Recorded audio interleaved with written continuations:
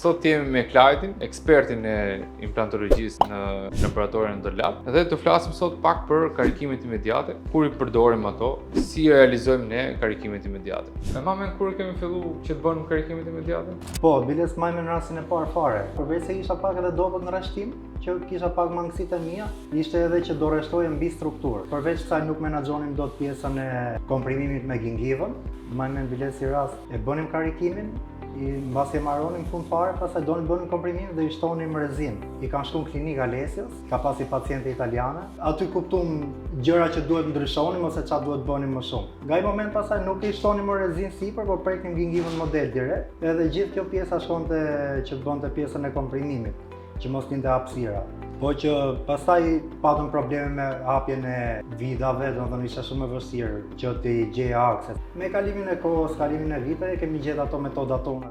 Unë të që kam qenë në një konferencë për të parë që kam menduar që provizorët e karikimeve imediate duhet të ishin se s'bën me strukturë. Ka qenë Alan Simon Pieri që ka referu tu në Tiranë. Dhe gjithë kirurgjitë që i bënte me strukturë. Dhe nga një moment, ka qenë bashkëpunimi me Alesion atëherë, nga një moment i thash ne nuk do bëjmë asnjë tjetër përveç se me strukturë. Edhe u bën më shumë se 8 vjet, le të themi, që ne operojmë vetëm me struktura metalike poshtë. Edhe kjo na ka dhënë siguri rreth parë pacientit, pastaj mjekut edhe pastaj neve si laborator, se nuk kemi pas asnjë probleme me këtë gjë.